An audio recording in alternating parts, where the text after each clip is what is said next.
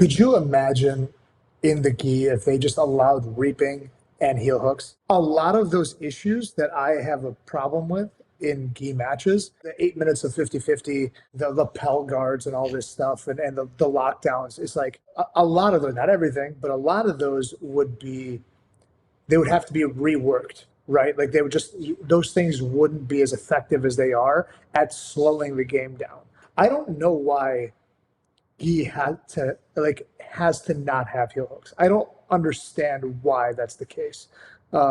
Why should no gi have them, but gi is like it's blasphemous? It makes no sense to me. It's just at this point, allow them to do heel hooks, even if it's just that brown and black belt or just black belt.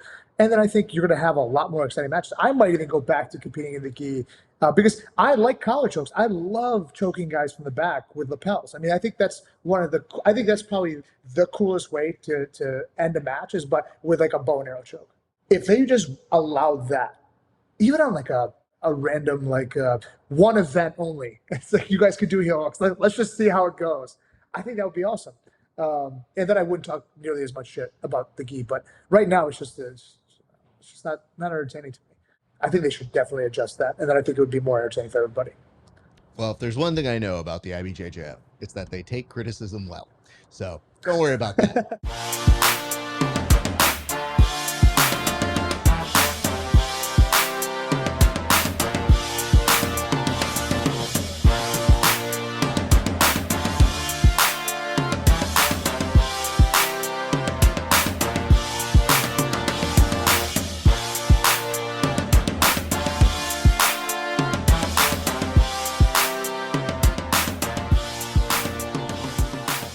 What is up, ladies and gents? It is your friendly neighborhood BJJ podcaster, Rap Esparza, coming to you with another great installment of the Grappling Hour. How are you doing today? I hope it's well. Yep, I talked over you.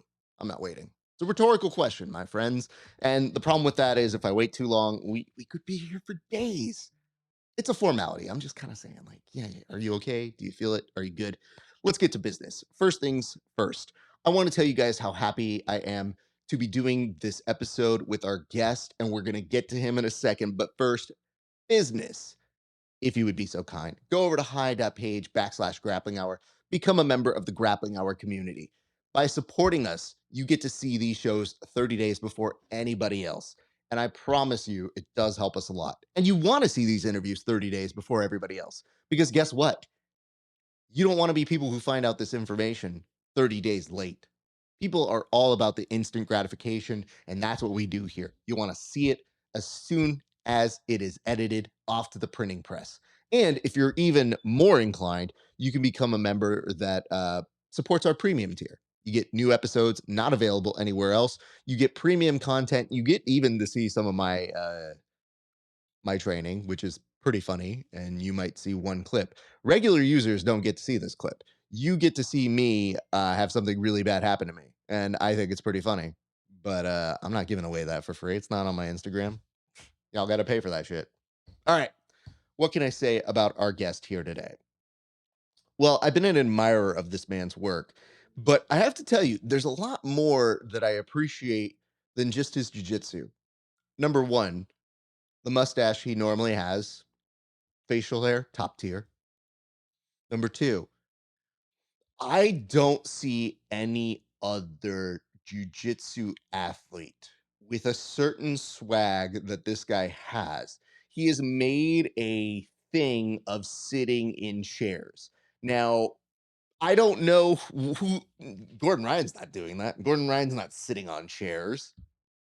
You're not seeing Craig Jones go and sip coffee eloquently.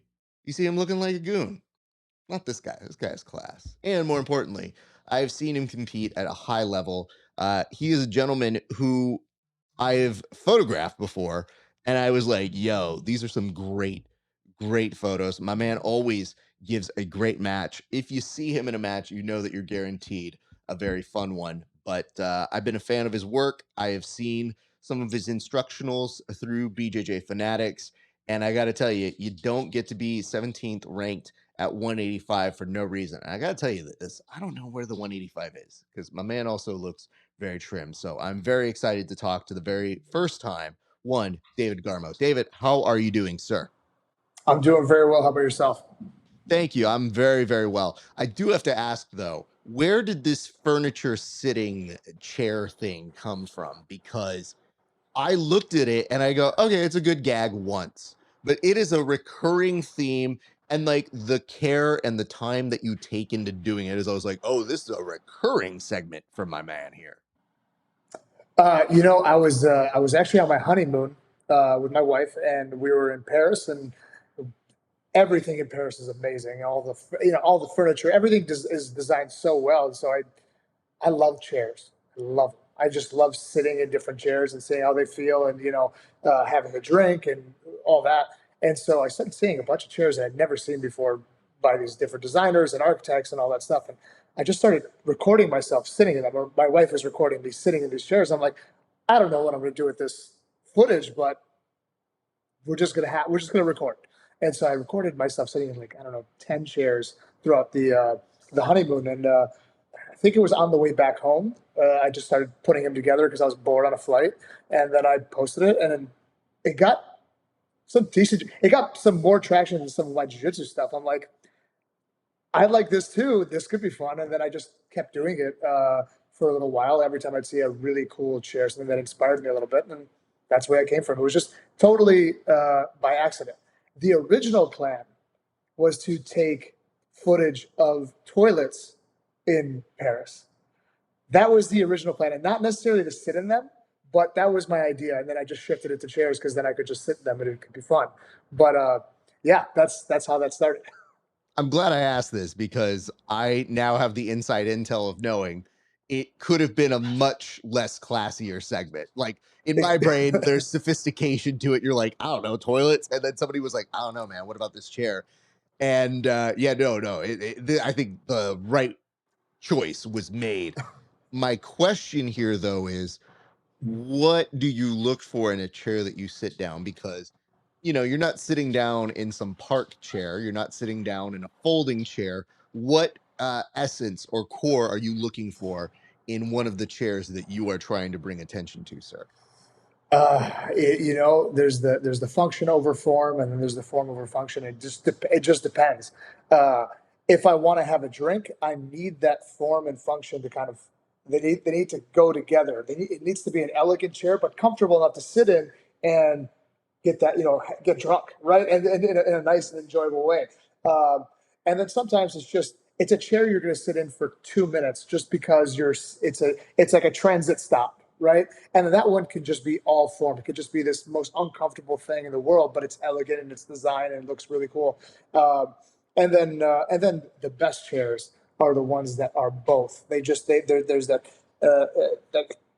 kind of like they both go here, function, form, and then all of a sudden this beautiful, ridiculously awesome looking chair that is not going to be comfortable is. And that's what I look for. So, and those are usually done by the most incredible architects, some people who they study the building of things and the designing of things so well. They create these chairs that are really awesome. And so that's what I look for typically.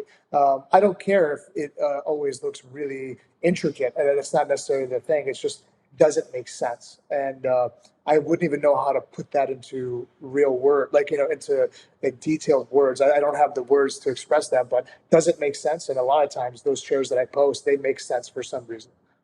You should work on the selling of it, because you may be onto something that is more lucrative than a jiu-jitsu career here, because I know you mentioned that you got some traction and more than some of your jiu-jitsu moves. It's not that your jiu-jitsu is bad, it's that there's a saturated market of everybody being like, I invented a move. They didn't. Mm-hmm. uh Mm-hmm. it's this really new thing that people are doing. It's not. And people go, all right, let me see how it is. And you've kind of been there, done that. This is Right. something that when I saw it, I go, oh, this is kind of your thing. Like, that's dope. And I immediately thought, I was like, hey, you know, if David's smart enough, he may be able to parlay this into a series. So I work in entertainment, and my whole thing is always that pitch meeting. Sometimes it's called an elevator pitch. If you had 30 seconds, what do you say to the person? So find those words, because I guarantee you, I think the second part of your career could very easily be a Lifestyles of the Rich and Famous esque Like you just go Right. and you're like talking into people and be like, yeah, I want to drink and sit on chairs and tell you what I feel about them because they're classy. Somebody be like, all right, sounds good. Let's send you there. You go be like, yeah, work on the pitch and I think you're good because you're Right. almost there. We're working on. I just moved into a new home, and I want to create this like. I want it to be a museum of chairs. That is a goal of mine. So I have the space, and so now I just have to start accumulating the best pieces. And I've got some, but they're not ready to be shown to the world Oh just yet. wow. Oh, okay. So No, no, no. yeah. I didn't ask for it, sir. Nobody's asking for the exclusive here. I'm trying to give you a TV program, so I'm not Right, taking right, away right. business.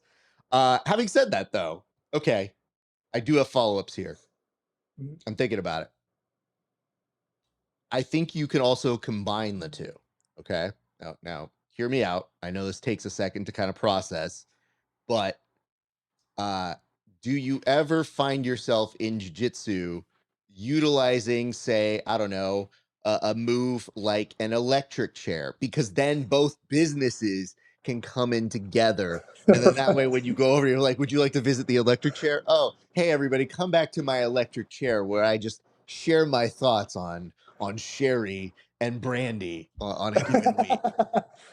It's not a bad idea. There's something there. There's some connection between jiu-jitsu and sitting in chairs for sure, right? You have to be able to get into them, and so that's a very movement focused thing, right?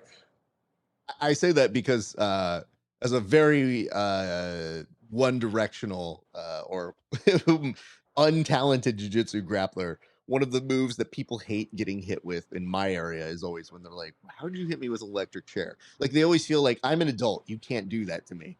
And I Mhm. find it and they're like, how do you find it? And I go, it's like the first move they taught me. So like sometimes with people's first moves, you're like, oh, if it was a Kimura, it'd be a Kimura every minute. I go, Right. this is just the one where if you fuck up, I see it faster than most moves. But Hmm. they're like, I'm 10th planet too. And I was like, my friend, I started in 10th planet. It's not like you're bad at it. It's just I found it. So, Yeah. when people say a word long enough, I'm like, chair, chair. Pass this over to Garmo and see if he wants to Hmm. take it. And then that way I can get 10% of all future residuals. Anyway, Three what am I saying? 3%. Hey, Three hey, three hey. Oh, no, percent. no, no. The negotiation's going to happen off air. I'll let you know this right now. Right. You have a very good mustache, but you do not have this A top of the line grade here, sir, my friend. Okay. All right. All right. Well, I'll let you keep that one because you did give me the compliments on the mustache. I'll take it. I'm letting you know there are just different levels to facial hair here. Mine is iconic. You could look good without yours. People don't want to see me without this, thus iconic. So I just want to make sure Mhm. you understand that. Uh, David, I want to get into this as well. You mentioned drinks, and this is something I geek out with other people in the sport because not everybody drinks in the sport. So if you do drink, Mhm. I do have to ask, what are your particular favorites? It sounds like it's usually in a glass, but what if you have the choice to drink right now, what is the preferred drink of choice for you, sir? It's all set and setting. It's very important to me. I drink different things depending on what I'm doing. But if I have a buddy over the house and we're sitting down, we're talking, be it just normal bullshit or business or whatever, we're going to have either a glass of bourbon or whiskey, or potentially, depending on how what our conversation leads us to, it might be cognac, right? Because so I'm Chaldean, which is basically Catholic Iraqis, and then a different ethnicity. It doesn't matter, but all of us, we all grew up drinking Hennessy. That was the thing that we took that from the African American communities in Detroit, and then we made it our own thing, right? So uh, Hennessy, Remy, all these different cognacs. Personally, I'm not the biggest fan of cognac, but I do like some, so I'll drink those if we really like to go far afield in a conversation. If it's just a normal day and we want to drink a little bit of whiskey or bourbon, that's what I'm going with. If summertime outside doing some work in the yard, a beer is always great. But everything is set and setting. I'm not going to have a glass of wine at 2 p.m. With my ramen. It's just not going to happen. It's not going to be one of those things that I do. But if it makes sense in the moment, that's typically what I'll go to.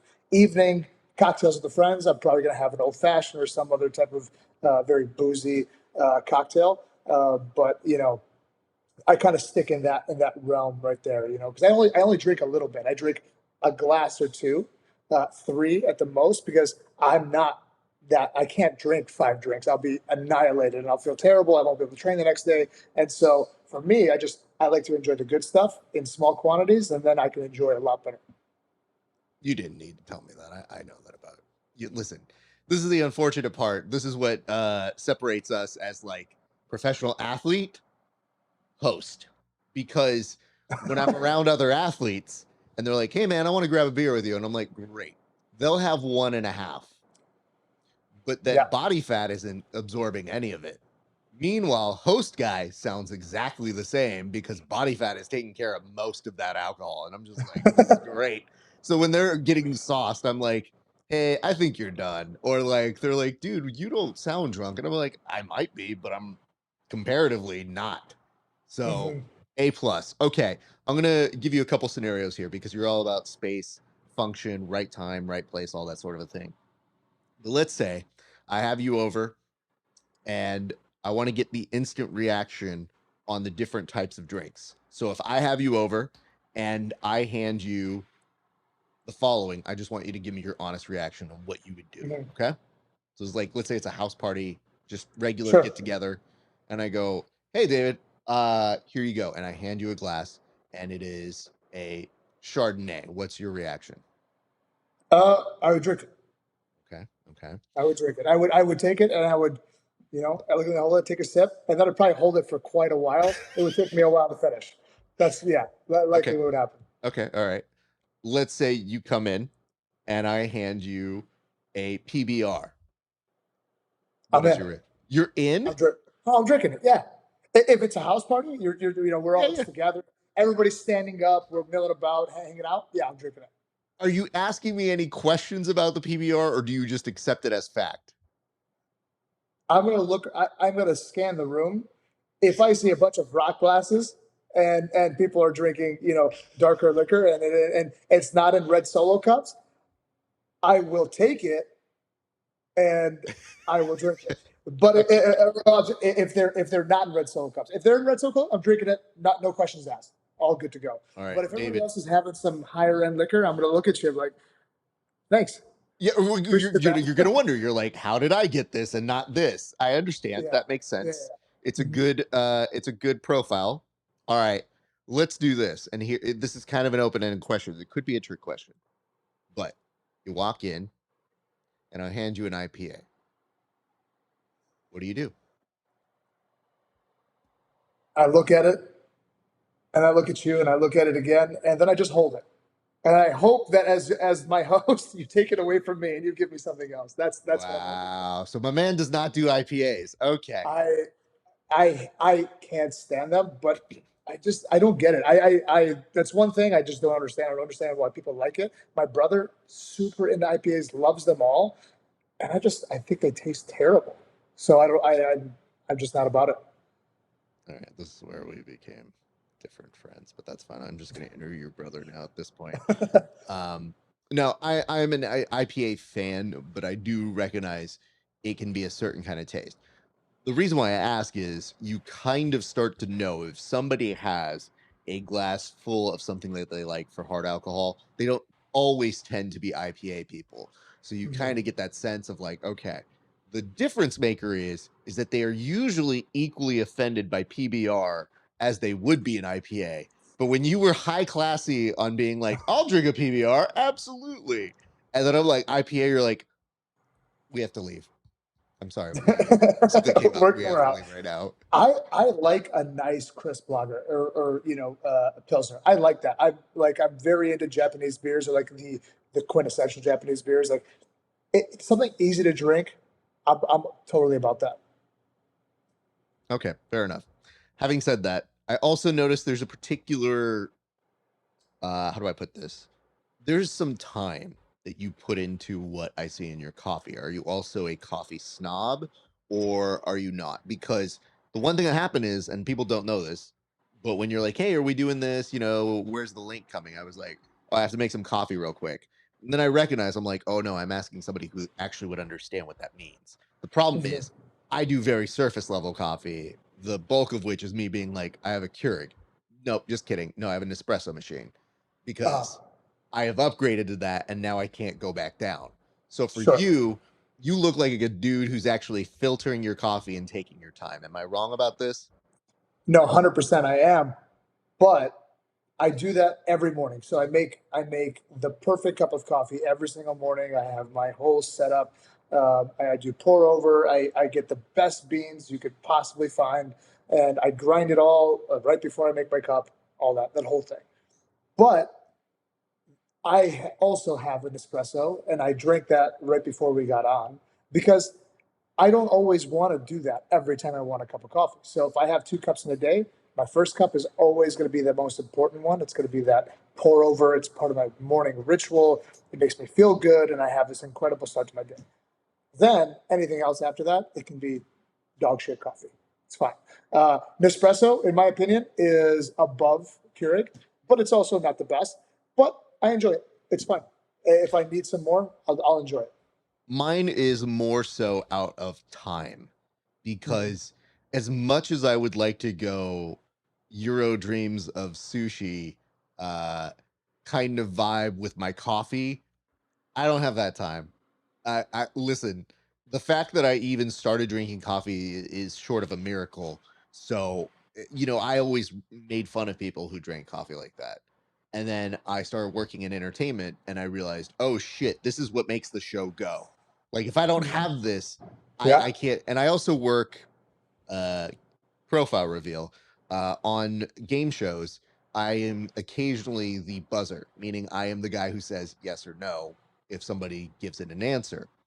And I Mm. discovered that if I have too much coffee and I have my hand on the thing, I like start getting the jittery finger and I go, oh, I might give away money. I cannot have coffee like 3 times a day. So I have to cut myself off at a certain point.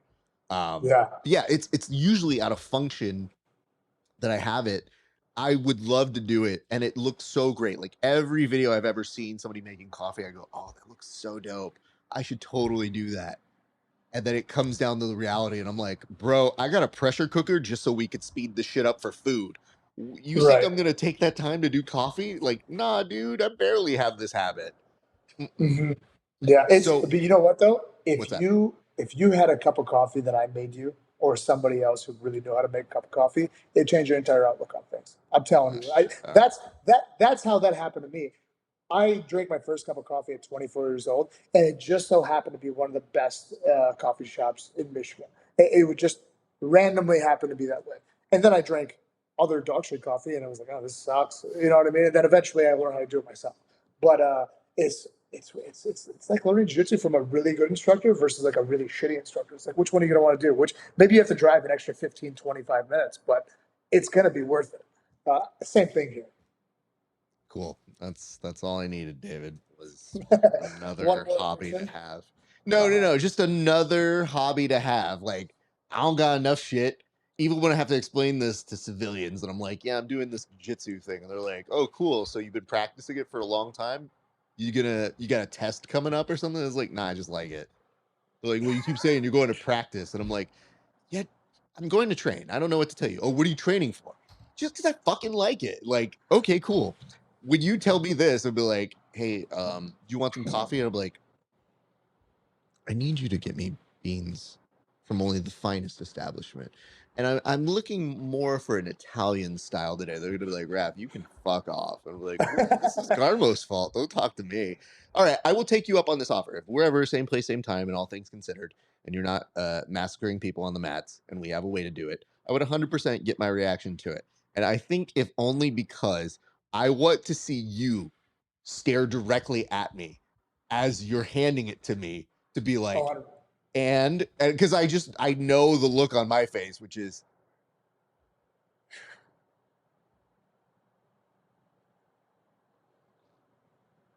yeah, it's okay. Like I know what I would do. But yeah, I would never turn down the opportunity for that. And I'm glad you were able to profile that because I did wonder where that habit came from. So this came from 100. Michigan and you've continued it. So how long have you been a coffee drinker, and what like still do you find new good coffees? And if so, what has been the best one that you have found so far? So I get when I make my own coffee, I get my beans from this place called Passenger Coffee. They do these. They're the best roaster. They source their stuff from all these different places all over the world, and they roast the best. And they also deep freeze their coffee. A whole bunch of nonsense that you don't need to know about. But whenever we travel, me and my wife, or just in general, we always try to find the best coffee shops so we can go to that specifically will do pour over, because those are typically the best ones. I don't like espresso coffee nearly as much as I do like hand poured or hand drip coffee. So I tend to lean that way, but depends on what country you go to. If I go to Rome or if I go to Italy, it's all going to be espresso. It's all they don't even they very rarely do hand drip. I mean they do, but it's not as common. Or anywhere in Europe, with the exception of like the northern Scandinavian countries and stuff. But like when I'm in Japan, it's hand drip is everywhere. They're so good at it because they're masters of anything they do. They just like they choose one thing and they dedicate their entire life to it, even if it's just literally pouring hot water over a bed of coffee. So there's a few places in Japan that I really love. There's a place called Onibus Coffee that is probably one of the best cups of coffee you'll ever have, and I've had it dozens and dozens of times, and it's always just as good, and it just makes you feel nice. So, yeah, I would say that that's probably the best cup. All right. Well, I guess this is all to say that you have done an excellent job packaging yourself, because from what I see this level of sophistication for you that I'm like, all right, that's pretty dope. That's pretty cool. And then I see these things where, as varied as you also demonstrating a technique in a towel when you were done. And I look at that and I go, my man really runs the gamut here. Like he really does go from like yes, yes to like, oh no, dude, I was you guys are doing this technique wrong. I just showered. I'm really pissed. How dare you guys? Like to me, I go, all right, Garmo's gonna be a very entertaining person, at least to interview. Uh, yeah, it's kind of my life. A little bit of both, for sure. Well, let's get into the origin story for our fans and friends here of the show. I want to know, where did jiu-jitsu find its way into your life? Because I came in a little bit later, I think. You're somebody who I would see compete, or I'd be photographing, and I always like, oh, okay, that's really cool. And some of the people that I do as well. So I was always like, yeah, it's pretty easy to get in touch with you. But I did want to know, to begin, where does jiu-jitsu begin in your story?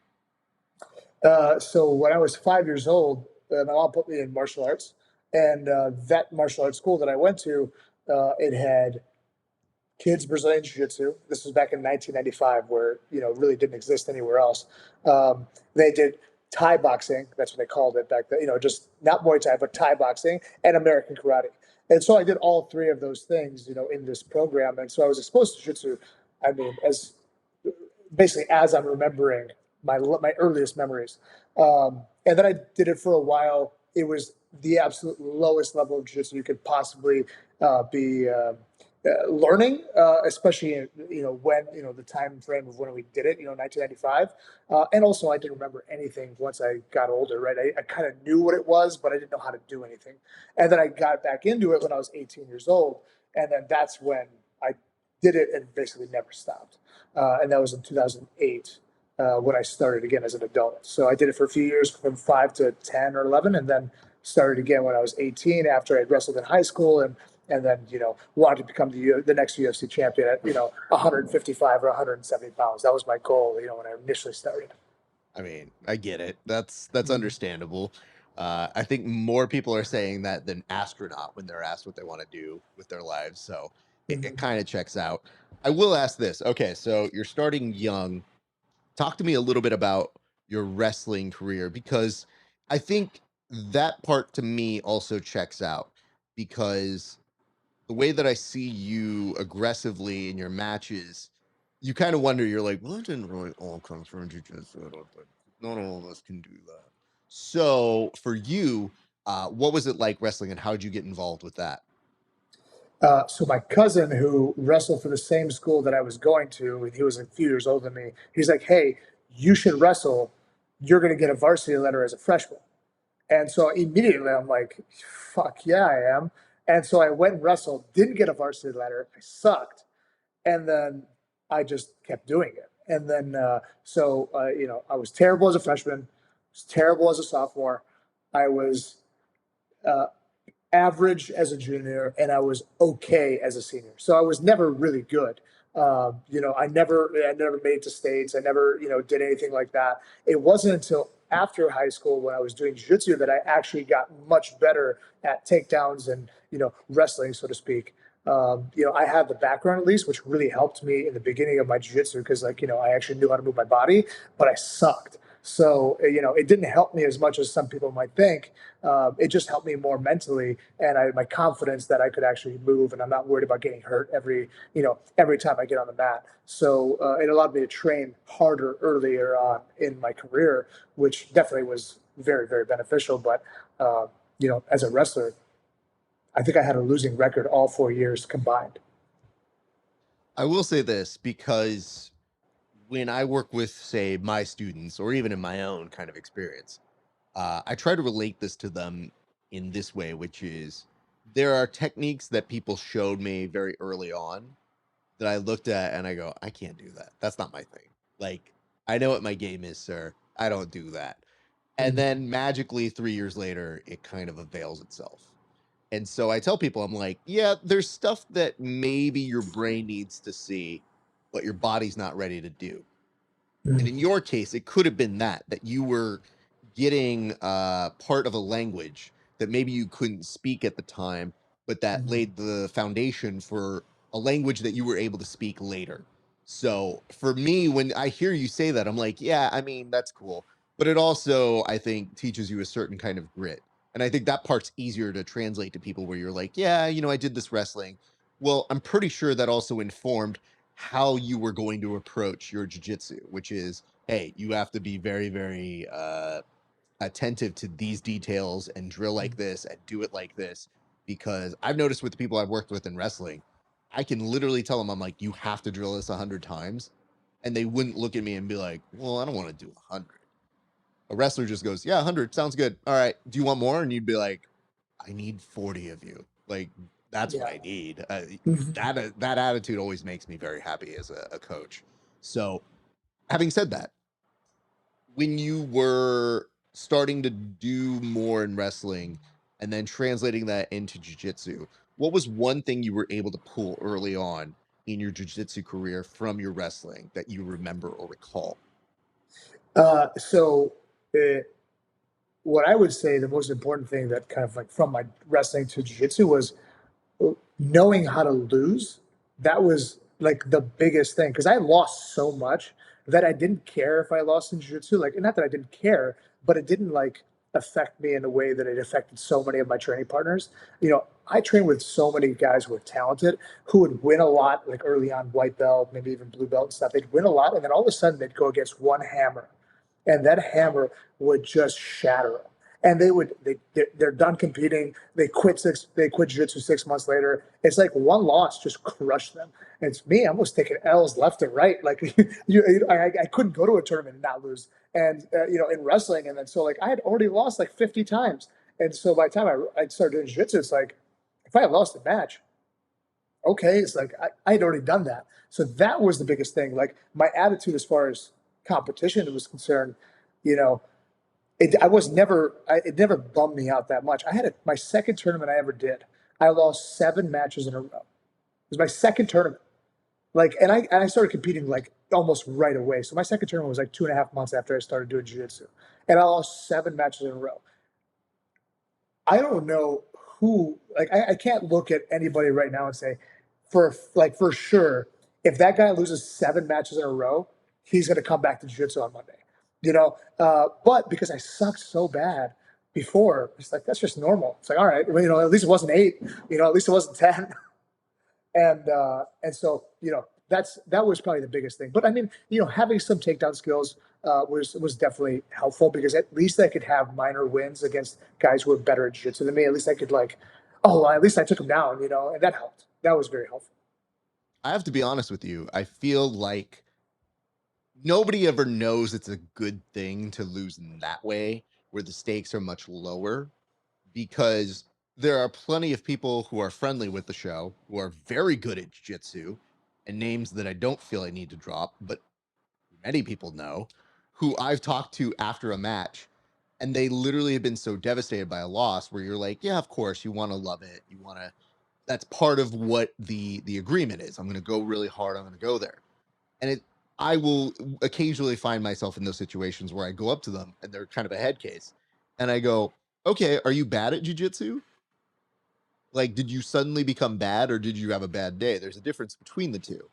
And then it really becomes this conversation where I go, you will only advance to the top tier of this sport if you know how to manage a loss. Because if you don't know how to do this, you get into a headspace where you don't advance.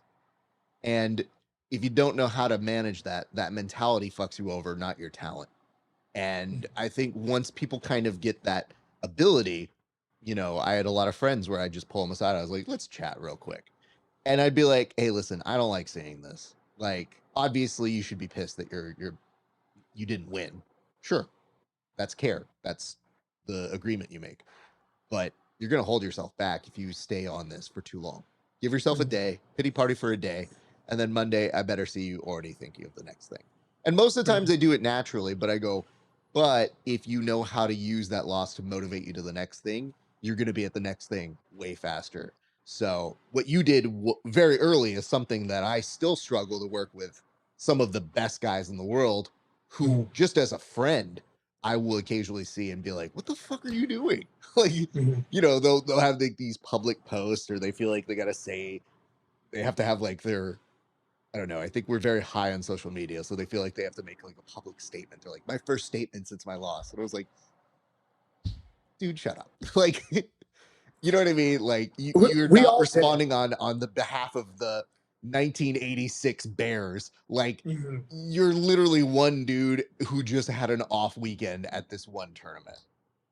We, you know, when I say we all, anybody who competed, who felt like they were representing, you know, their training partners, their coaches, and all, we all made that post at some point. Maybe not everybody, but I know I did. I did that. I can't tell you how many apology posts I made early on in my career.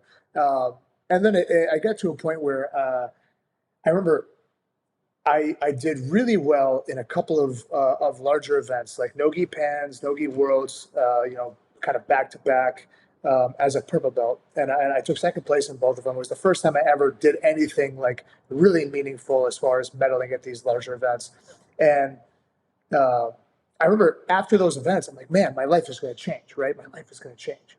And this is after making 100 posts about I'm sorry that I lost and I'll become back stronger than ever and all that stuff. And I remember nobody gave a shit. Like, oh yeah, like in the comments, like congratulations, but then nobody cares past that. Like it's not a big deal. Besides the people who are closest to you, and even then, it's just they're happy for you that you're happy, and that's it. Because it doesn't really do anything in a meaningful way for your life. The end result, right? That like that medal that you get or that placement.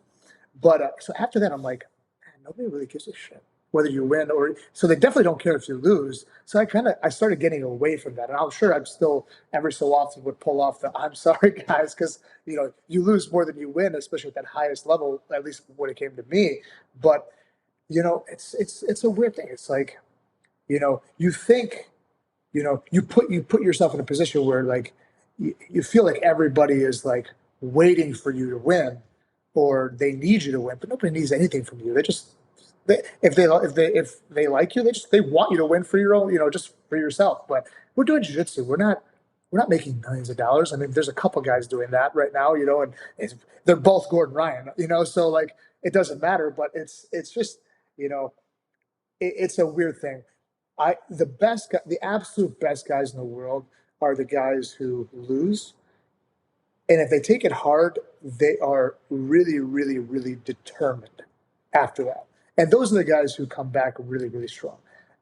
It's very rare now to see guys who have been in the sport for a very long time competing at the highest level after they lose become like a basket case. It's really rare to see that. You'll see that with guys who just kind of just got onto the scene. Like maybe they like when I say just got on, like just became well known, or maybe they had just like a breakout season or two, and that might happen, and then you don't see those guys ever again. But now, like all the usual suspects, those guys lose all the time. Nobody wins. The only guy that wins all the time is Gordon, and even he has lost in the last few years. It's not very often, but you know, when he lost, he just came back very determined, and then eventually didn't lose for till now. But those are the guys you really have to be nervous to compete against, because it's okay if they lose. They know that, and then it makes it a lot harder to beat those guys because they're willing to do a little bit more. They're willing to take some risk, and then that's typically how people stay at that top level, right? They take a little bit of risk. But I just like to just stay in it long enough to where people just keep falling out, and I'm just as they fall out, the new guys are coming in. They're just kind of lifting me up, and then I'm just keep going in this direction. So hopefully, by the time I'm 40, I'm the best in the world. That's my goal, right? That's what I'm looking at right now. Good on you, man. Although this does not bode well for your masters competition, fellow friends. So I like that you're just kind of like, hey, man. By the time we're getting there, just know I'm gonna take mine. I know you guys are coming from a nice weekend of accounting, but I'm gonna massacre you. But it's all good because I lost at other places. These dudes are gonna be like, dude, I flew here for this. Come on, man. Like you can give me one of these.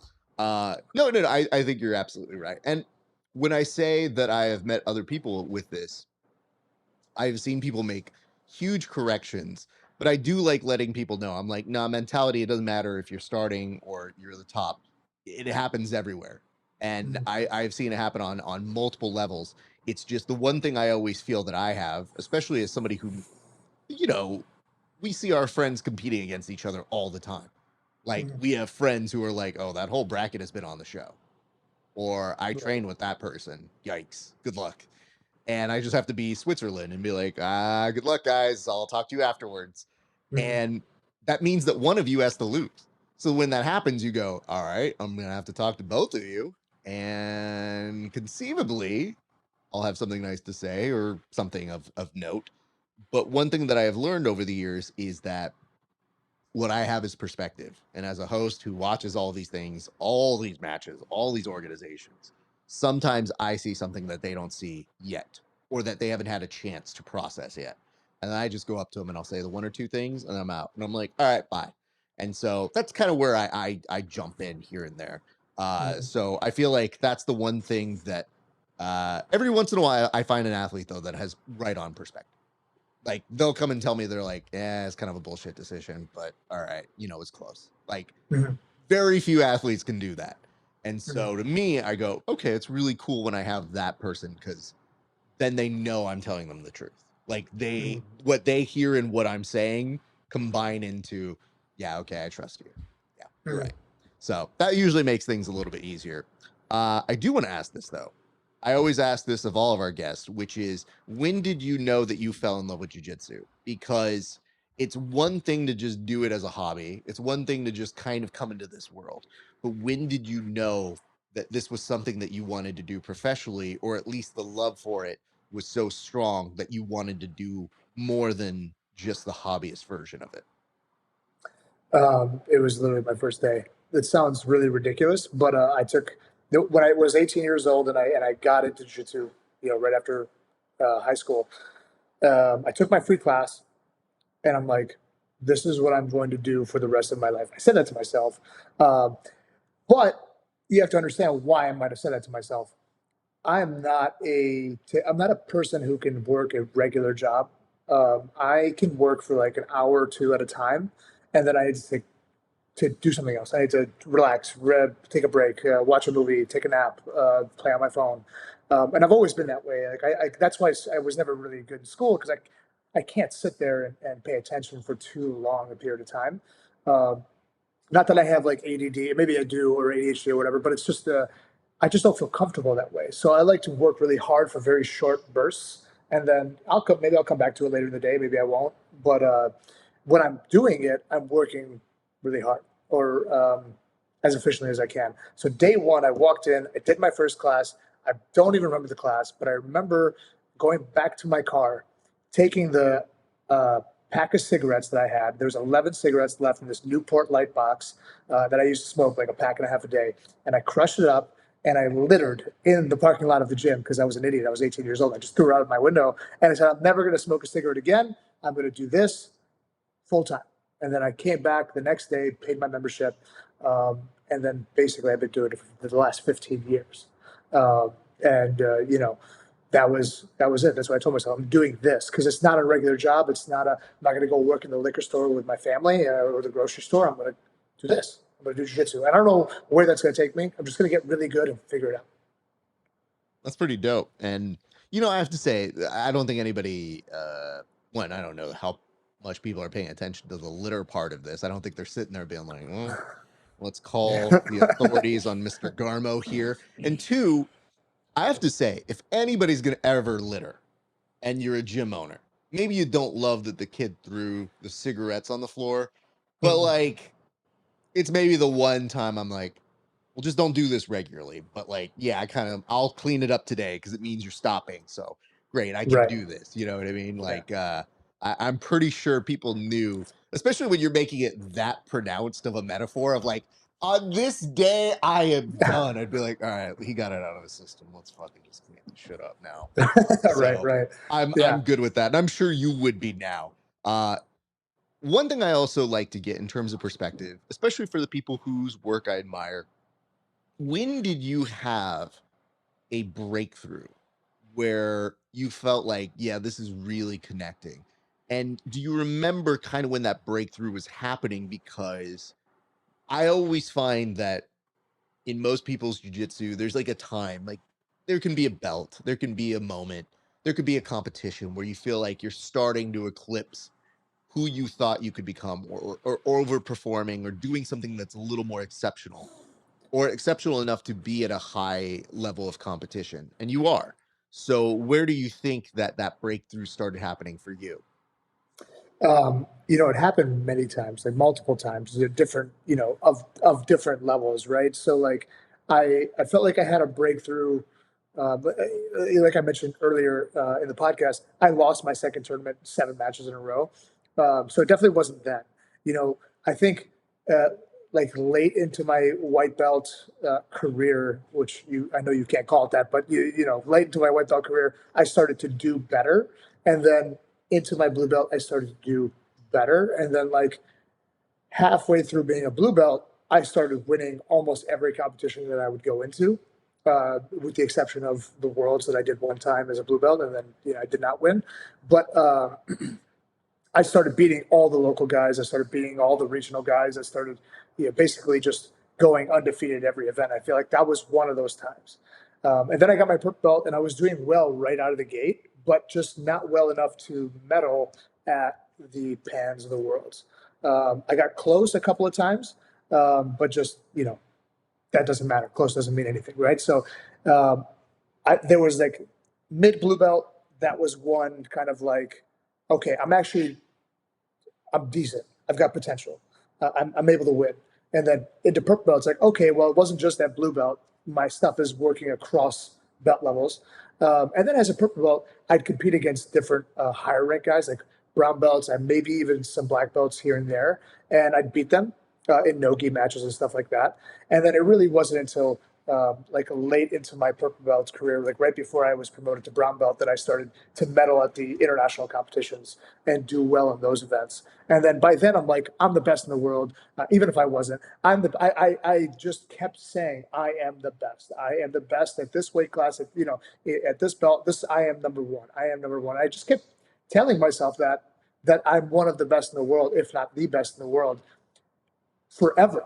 I can't even remember when it actually started to become true that I am actually one of the better guys in the world, because I've just been telling myself that for forever, way before it was actually ever actually true. So I had many times where that was where I kind of like started to kind of hit that stride and start performing well. But then I got my black belt, and I wasn't doing that well in the beginning. You know, that first year at black belt is so tough. You know, everybody that you're fighting has been competing at black belt for 5, 6, 7 years, and they're tough as nails. And you're just coming off of being a brown belt and, you know, being raw. And you know, then 3 years into my black belt, now I'm doing well again. I'm like, really, you know, I'm beating some better guys and I'm doing, more well in these tournaments. And, now I've been competing as a black belt for like 5 or 6 years, and I'm comfortable going in there with anybody. I'll fight Gordon now. I'll fight whoever. You know what I mean? I'd be happy to fight any of those guys, and I feel confident that I could do something. You know, so maybe there'll be another one of these like little things, and I hope there is. That gets me to that absolute top tier. Just kind of preparing myself and continue to do that until one day that becomes obvious looking back. Very cool, man. That's a good perspective, because it does show a kind of growth and kind of like a trajectory on where people can truly map out, like, for themselves, like, okay, yeah, I'm here, or that realization of, maybe I'm not the best in the world, but if I approach my craft like I am, the reality sometimes will match up. It's just a matter of, you won't get there unless you actually believe it for yourself, though. So if you got some patience for it, you very well can hit that mark, but you also have to kind of match it with the exact workflow. For sure. Okay, with all of these things and more, I do kind of want to know a couple other things as well. Where does teaching find itself for you? And, what is the appeal? Because now you're a gym owner, and obviously it's a different craft in itself. Like, it's one thing to compete, but it's a different thing to be a teacher. What appeals to you on the teaching side, and where did you find yourself really starting to come into your own as a teacher as well? So I've been teaching for quite a long time, right? Teaching at gyms when I as a purple belt, and then kind of even as a brown belt a little bit, then traveling and teaching, overseas and doing all that stuff. And teaching is fine. I think I can get my point across, especially like in a very, focused way. I think I'm good at that. Getting people to learn the minutia of techniques that I know what I'm talking about. But the thing that I find that is more special to me than just teaching um, is coaching, right? I think a lot of people equate teaching and coaching to be the same thing. Your instructor is your coach, or your coach is your instructor, and I don't think that's actually true. I think they're two very different roles. One person may encompass both roles, but the roles are not the same. Okay, so you have somebody who teaches you techniques, and especially nowadays, students have so many resources to learn from, right? Like if you are subscribed to the Lachlan submeta, he is your instructor for a lot of the things that you're learning, practicing. Gordon, John, all these other guys, they're your instructor in the moment that you're learning from them through their instructionals, but they're not your coach, right? Now, they may teach strategy, they may give you advice if you meet them and stuff like that. But your coach is somebody who is there to hopefully keep you on track, put you on the right path, and troubleshoot with you, right? And that might be troubleshooting technique. That might be troubleshooting your outlook on what you're doing. That might be motivation. That might be calming you down when you have too much energy, or you're a little bit too amped up. And it's a different thing, right? When I was wrestling in high school, my coach never taught any wrestling. He didn't teach us a single technique. Our assistants did, right? And our assistants would coach us as well, but our head coach was a guy who kept us on track, made sure we got to the events. He was the guy who made the decisions on the strategic side of things, as far as like which wrestler versus first and blah, blah, blah. So I really enjoy the coaching aspect of what I do. I really enjoy that because I take my guys everywhere. We go to all the tournaments together. We travel across the country, across the world even. We've gone to Europeans. I took my guys to Japan. I've taken guys all across every tournament that you can imagine. And I love that. I think it's so fun for me to do that. It's really, really fun to see my guys succeed and enjoy their wins and lament their losses. And we do these things together as a real team. That is so rare in jiu-jitsu. It was very rare for me to do that. I would travel with a couple of other guys, and I was basically the only constant. I was the one guy who was always there, and then like you interchange, a guy here, a guy there, a girl here, a guy there, whatever. And then throughout my almost my entire career up to me having my own gym. Um, and then when I opened up Assembly, I'm just like, you guys are coming with me. We're going. We're going. And thankfully, I had the reputation at the time when I opened the gym of being a black belt, being somewhat successful, that the guys who wanted to be competitors, they kind of gravitated towards me. And it took a while to build a strong team. It wasn't like overnight or anything. I didn't just get like, 50 killer competitors all of a sudden. It came in a bunch of different waves. But now we have this really, really solid team that just goes everywhere together and supports each other. And, you know, before when I used to have to like get on everybody's ass myself, it was tough, right? But now it's like it's rare that I have to like go out of my way to figure something out that's going on. It's a lot of times they just kind of the competitors themselves are kind of self-correcting with each other. And it's just it's so nice to see. It's not completely they're not completely self-sufficient in that way. You still need oversight because we need to be on the same page. But I have to do less now with more competitors than I ever had to do in the beginning, because in the beginning I had to kind of like control the way things went, because you don't know exactly what to expect. You don't know exactly what to do, especially if you're just learning jiu-jitsu or just starting to compete. So the coaching part is really, really great to me. Instructing, teaching class, I enjoy that too. But I enjoy the coaching part, and the instruction part is just kind of like ancillary to that. I'm glad you answered it in that way because it gives me a chance to kind of revisit a question that I had. You've mentioned travel so much, like, for your own personal use and then with your team. I guess the question is, what does travel do for you, and why is it so important to you? Because it seems like, yeah, you get this time with your wife. You mentioned Japan, you mentioned traveling to Italy and all these different places. And then you kind of combine that with being able to take your students and travel with them. So I guess my Mhm. question to you is, why does it mean so much to you? Because yeah, you're name dropping it a few times, and it's enough where I'm like, oh, the guest is signposting. He definitely likes to travel. I guess I should do the follow up question and ask why.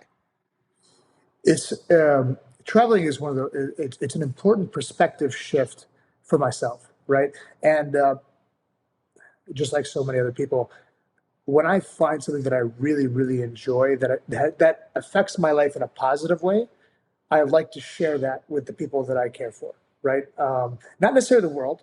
I don't need to be on a soapbox and scream to the masses, but to people that I care about, I want them to, at the very least, see this thing or experience this thing that if I experienced that gave me this incredible shift and positive thing in my life. Travel was one of those things early on in my life, like in my early to mid 20s, that gave me my second perspective shift. Jiu-Jitsu was my first, right? Um, I used to hang around with a bunch of friends. We used to get in trouble. We used to drink. We used to party. We used to get into fights and do all these different, dumb things you do as a high schooler and like, 18 years old. And then when I decided to do jiu-jitsu, I cut all those people out of my life for a long time because I couldn't do both. Personally, I couldn't do both. I couldn't um, live this. I'm not going to drink. I'm just going to train. I'm just going to focus on this, and also hang out with them at the same time. I wasn't strong enough to do both. So jiu-jitsu was my first shift, and obviously that's my business. That's the thing that I'm on my soapbox for. Travel then came a little bit later. I started traveling overseas. I started to go to like the first big international trip that I took was to um, it was to Singapore, right? Far out. Then I went to Malaysia, and we spent a bunch of time there, and that was so foreign to me. Amazing, loved it. Had nothing to do with jiu-jitsu, just travel. And then eventually I went to like Iceland, and then I eventually traveled to Japan, and I lived there for a while. And all these things, it gave me such different perspectives on life that I still hold, and it allows me to, I feel like, be better as a person, and also allows me to be more effective as an instructor and effective in my life. And so when I have these things, it's like, this helped me. It might help you too. And if you're trying to follow a similar path to what I was trying to do, what why would I keep this away from you if I feel like it might help? Because it did help me, right? And so I'm like, you know what? What's the best part of jiu-jitsu? It's the part of doing new things, meeting new people, trying to win, trying to better yourself, and doing that by seeing the world as well, or doing that and seeing the world at the same time. I can't think of anything better, right? Allowing this thing that we do, this really difficult thing that makes us no money, right? Makes most people no money. It's like, but you can do these different things and take that as your experiences. Then maybe you can leverage that into a career later on. And so that's the thing that I love. I love being able to do that for people. And some people, it doesn't change them any one bit. They don't care. And that's fine too. Something else might affect them, and they're going to learn whatever that thing is, and they're going to pass that on to people that they love and they care about. But this is the thing that I can pass along. That's very valuable to me. So if you're a member of my gym and you're a competitor and you want to travel with us, and we allow everybody to do it. It's not like I pick and choose who's going. I might tell this guy you have to go, but I'm never going to tell that person they can't go. Right. So if anybody ever wants to come with us, they're always welcome. And we talk about this all the time. And so we always get, a kind of like a rotating group around the guys who are always the constants. Right. And we have a great time. It's just so fun. And we have this very, very team-like atmosphere where it's not just this individual thing. You go out there and you win or you lose, and it's just you. And then you go back to your hotel room and you just kind of sit there and you take your Instagram photo of your medal on your bed and you post it on the internet, just like hoping people are there to support you. It's like, no, it's like those people are actually in the room. They're sleeping on the floor, like they're there. And there's so few things better than that. And so I'm very happy to kind of at where we're at as far as the team is concerned. I just want to keep it going, and maybe we add to it. Maybe some things fall away, but as it stands, it's just so fun. That's got to be so cool to be able to take something that you were doing on your own and now be able to share that. Like, I think that's a true growth. Like, that's definitely a very unique thing because so many competitors are so used to doing it on their own. And if you're lucky, maybe you get a buddy, and maybe you have one buddy that comes, and then maybe you have a little bit of a tribe. Maybe there's 3 or 4 of you that are all hoping to do something big.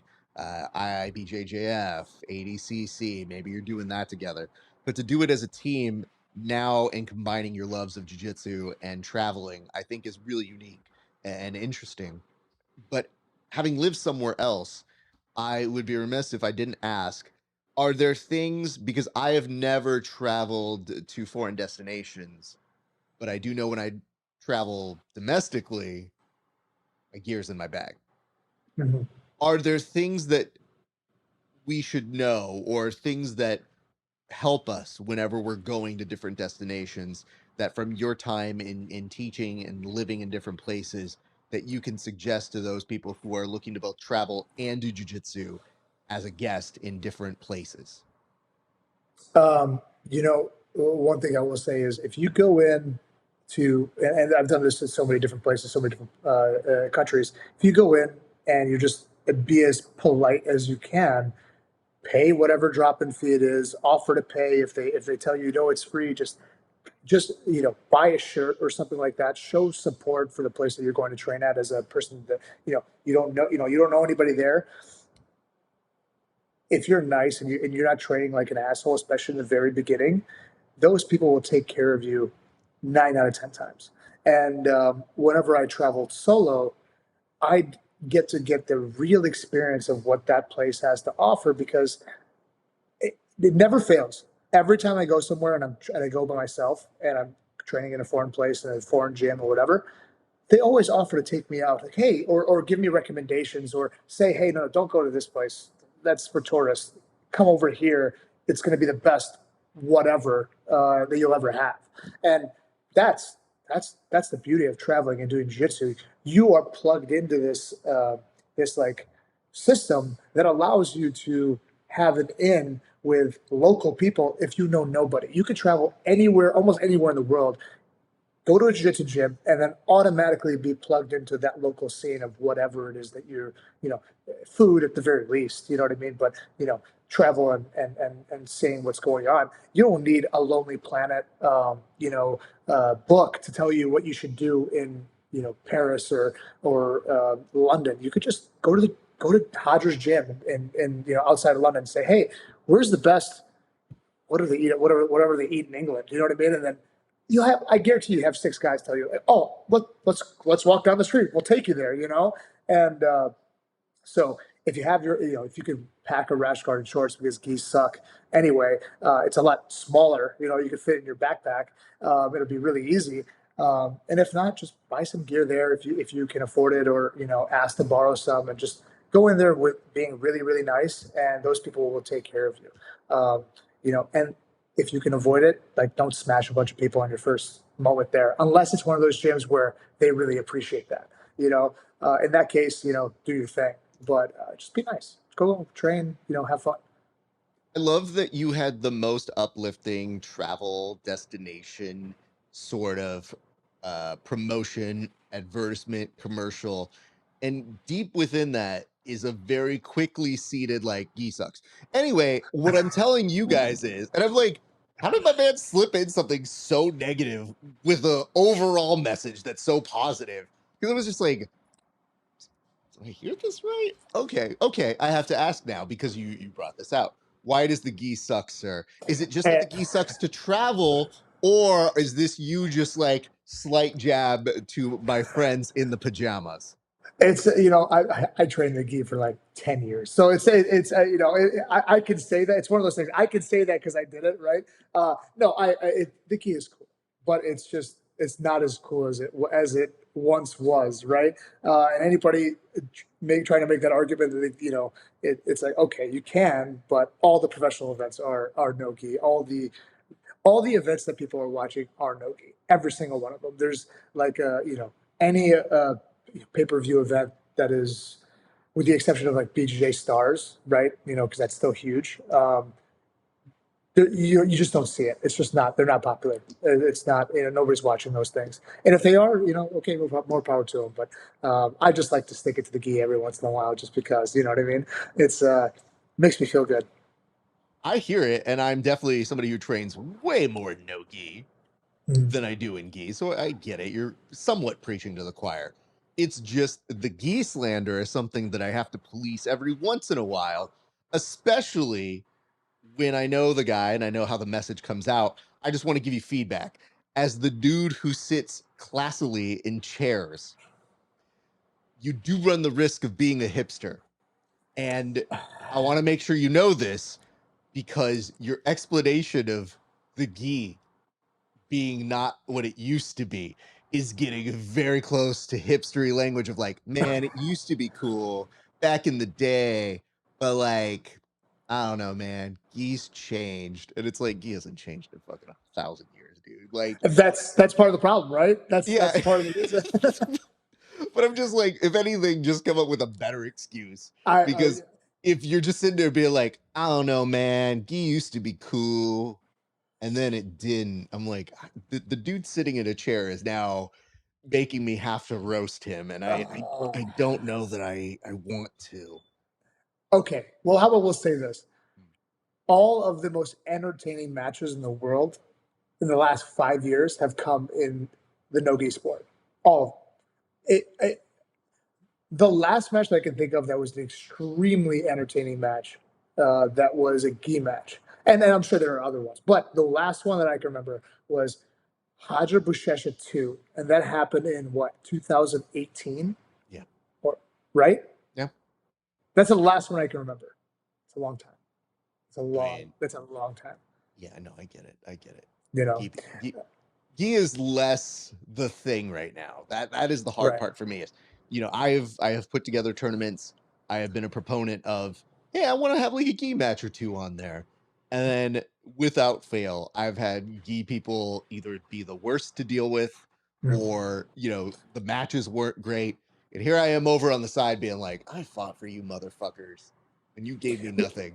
So I have that sort of, as an entertainment perspective. I just Mm. feel like as a TV person, my biggest thing is always we haven't cracked the code. And it doesn't Mhm. mean that it will happen, but I know there's something there. And if it's something compelling enough that your grandma can do it to your grandkid can do it, and you can't say the same for no-gi, it's just a matter of finding the form and the mechanism and the rule set that make it work. But Mhm. if you over police things too much, like an IBJJF, you have what is the standard is, but that may not translate to everybody who wants to watch and rush to see it. Could you imagine in the gi if they just allowed reaping and heel hooks? A lot of those issues that I have a problem with in gi matches, the 8 minutes of 50-50, the you know the lapel guards and all this stuff, and the lockdowns. It's like a lot of them, not everything, but a lot of those they would have to be reworked, right? Like they would just those things wouldn't be as effective as they are at slowing the game down. And I think it would be. I don't know why he has to not have heel hooks. I don't understand why that's the case. Why should no gi have them, but gi is like it's blasphemous. It makes no sense to me.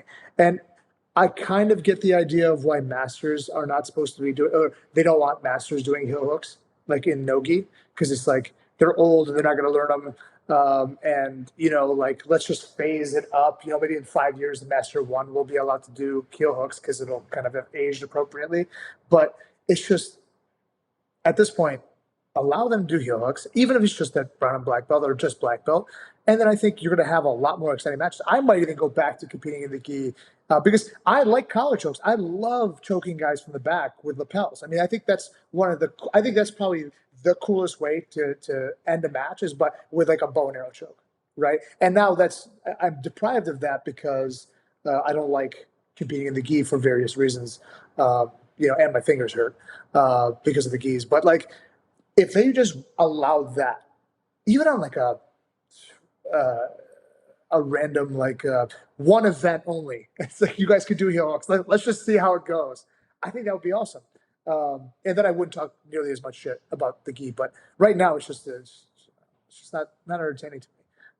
And I think for a lot of people, and then there's gonna be a lot of diehards that are like, no, the gi is still great, and they're saying it because they feel that way, and or maybe they just don't want to let go and they don't want to, you know, I don't know, I'm not sure, but I think they should definitely adjust that, and then I think it would be more entertaining for everybody. Well, if there's one thing I know about the IBJJF, it's that they take criticism well. So don't worry about that. Uh, I just know that as somebody who has given them feedback and they've been less than enthralled by it, I've always been like, I want to root for you. It's just if you hear this feedback, you hear people are telling you they don't love certain things, and maybe that doesn't affect your business model, but I think people see the trajectory of where things are going, and we're just trying to say like this might make you a little bit more competitive in 4 years. Because I'll Mhm. tell you this, as somebody who's a master now a couple times over, as much as I'm like, yeah, I'm kind of worried about that dude's knee. I'm like, yo, I kind of need heel hooks, dude. I'm sorry. Uh, and that dude should know how to tap to them at this point. Like, it's fairly simplistic in its rule set. I just understand you don't want to have to deal with it if something bad happens. However, having said that, most people should probably be encouraged to do this and not just given a little bit of a pass if they don't have that as part of their game. And I think that's the Mhm. biggest issue that people have is it's like, well, when you're training for IBJJF, all of us are used to saying like, oh, you don't have to worry about heel hooks. Just we're gonna move on. Just make sure you have Right, this because they can't reap or do this. And I right. go, that seems like such a conditional thing to just say, let's ignore this because whatever the rule set says you don't have to worry about it. And I feel like that's the kind of issue that people run into as competitors. I feel like if they don't want to add heel hooks to the Masters divisions now, but they have some type of plan to do it later because I feel like they have to, right? I mean, what about all these adult competitors now? Eventually, many of them are going to age into the Masters division, and then now all of a sudden you took away a major tool from them.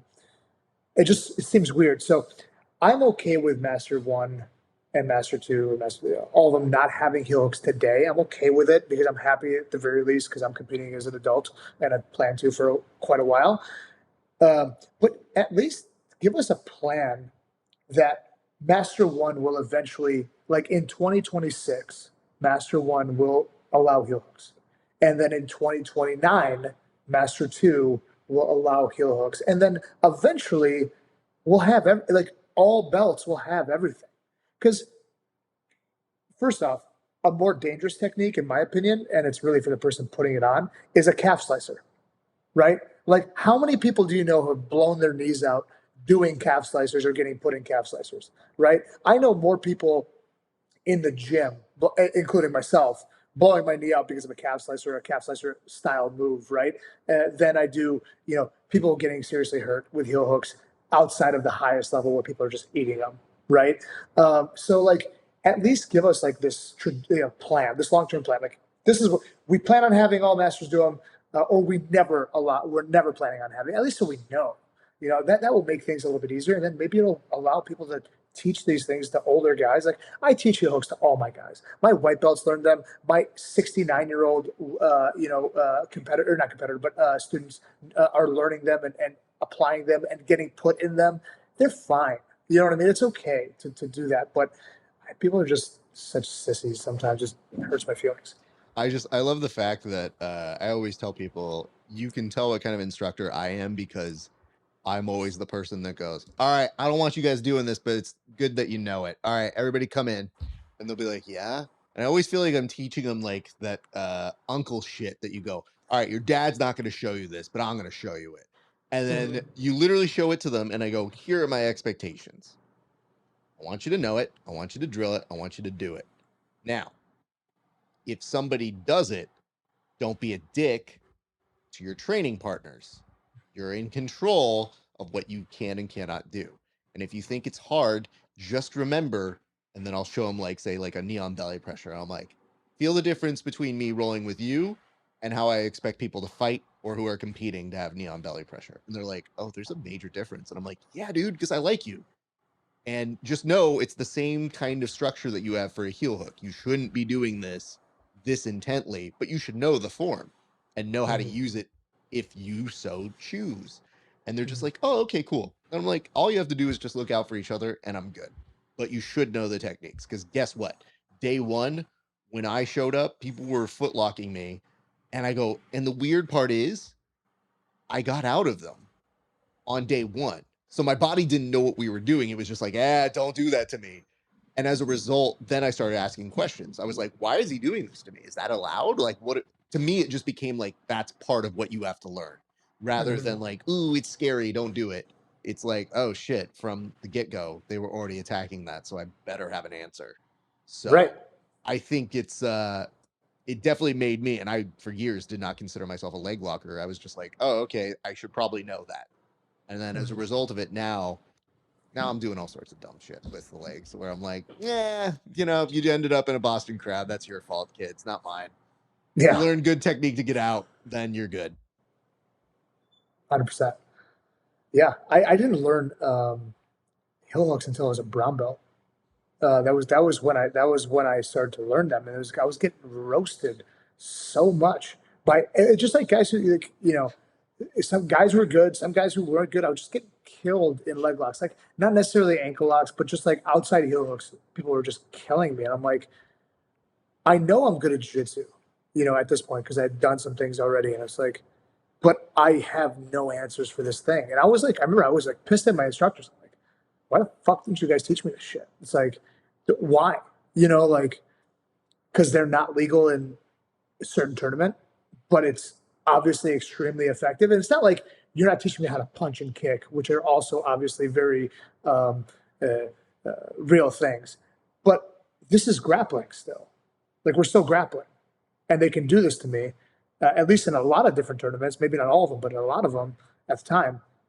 But I don't know anything about them. And I was just getting hurt because I just try to yeet myself out of them because I didn't know which direction to go in. And I'd blow my ankle out or whatever. It's like, so I remember that I never wanted my students to feel that feeling that I had after just getting heel hooked 8 times in a 4-minute roll that I felt about my instructors. Now they'll probably feel that way about other things about me, but but not specifically not learning leg locks early on in their their training. Yeah, my favorite thing to do is especially if somebody's wrecking me at one thing. And I've had the pleasure of being in rooms that I don't belong in. But let's say I roll with somebody and they've leg locked me like 20 times, whatever. My favorite thing to do is like the next day I go to class. It's like, everybody bring it in. They're like, what? I was like, I'm going to show you. Somebody caught me with this a bunch, so you better know it. And then they're just like, oh, okay, great. And they're like, what happened here? And I was like, I don't know, man. This dude had a really good entry. I hated it. I had no answer for it today. I'm going to figure it out. But until then, you should know these things. And they're like, yeah. And I go, yep. Have at someone who just won an ADCC Open did this to me pretty easily, so you should know it too. And they're like, yeah. And I go, it's part of the learning process, though. It's like us getting these cheat codes and me being able to say like, you know what, this is valuable information, so this is good. So even just the looking of it, where I'm like, they're not trying to kill me. Like I'm not competing against them. I'm just like, oh, I don't have an answer for this. This is good to know. So I always take all these opportunities to do that. David, here's the thing. We have gone over a lot in terms of the time that we had talked about, so I don't want to be disrespectful of your time, but I do want to give you an opportunity to go ahead and give a shout out to any sponsors, to your gym. Tell people where they can come, not only get good recommendations, I'm sure, for the city where you teach at, but also for probably the best coffee recommendations at any gym nearby you, I'm sure. But the floor is all yours, sir. So my gym is Assembly Jiu-Jitsu. We're just outside of Detroit in Bloomfield Hills, Michigan. So if you guys ever wanted to stop by and get some training in, please feel free to just DM me on Instagram or my school's Instagram page at Assembly Jiu-Jitsu. Shout out to the best Jiu-Jitsu gi and no gi sponsors, VHTS, making the dopest stuff, always having me drip drop, looking good. And shout out to all the competitors at Assembly getting ready for the ADCC Open in Chicago and Nogi Pants coming up. These guys are going to do some really cool things. So, guys, pay attention and watch them do their thing. I love the fact that you literally dropped in for our good friends over at VHTS to be like, I don't often wear a gi, but when I do, it's a VHTS. Like, there's nothing quite like being like, hey, 20 minutes ago when I was talking about gi, I didn't mean that about you. I love you, VHTS gis. Hey, there's opinions and there's making money. It's two different things, right? Raph, these chairs don't find themselves being broke, my friend.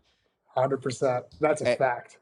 uh, let's do this. I'm going to say bye to you off air, but David, I just want to say, huge fan of what you're doing. I always appreciate whenever I see you in a match. And like, dude, it's so nice to be able to put name to face, conversation to person, because your jiu-jitsu speaks for itself. And like, man, I have seen you get after it in some really awesome matches where I've just been like, yeah, it's a matter of time. I don't know where or when I'm going to talk to this dude. And you can tell that you're on my list when I just go like, hey man, I don't even know that you have a match coming up or any of that bullshit. I just want to talk to you now because I'm tired of waiting for whatever the next thing is. And then if you get into the next thing, I don't want to have to interrupt you while you're getting ready for the next thing. I just want to fucking talk to you. So it was very kind of you to take time out of your schedule and to make this conversation happen today, sir. That was awesome. I really appreciate you having me on. This is really fun. Thanks, man. All right, I'll say bye to you in a second off air. David, thank you very much for appearing on the show, sir. Anytime, guys. Take care. All right, guys. So let's just close this bitch up. Thank you so much for watching. It has been a great day for grappling, all that good stuff. But I want to make sure that we harp on this. HY.PAGE /grappling hour. Become a member, $5 to see all of these interviews 30 days before anybody else. Also, if you do the premium membership, then you can see extra bonus content, meaning episodes that aren't available anywhere else. You can also check out some of my competition footage because it's very funny. And you can also check out certain little special things, little vlogs and stuff that I do on the side that nobody has access to. So do that. Also, become a member of our Grappling Hour Discord. You're usually the first to hear any new information about the show in that Discord. I put questions up literally every weekday so that everybody can get engaged, etc., etc. And if you made it this far into the video, maybe you're too lazy to turn it off. I don't know if you're cleaning the house. I don't know what you're doing. But like, comment, share. What I mean by comment right now in that comment section, leave a comment. Even if you have nothing to say about this interview, you could say something like, hey, Raph, this week I was working on blank. I'll respond to you more than likely, unless you're a dick. If you're a troll or a bot and you're trying to sell something, I got no time for you. But if you made it this far, that engagement always helps us. And more importantly, that means I can interview and bring on more people to the show. All right, you guys. That's it. That's all I got. You can go away in like literally 30 seconds. It's been a great day for grappling. We'll see you back on the mats.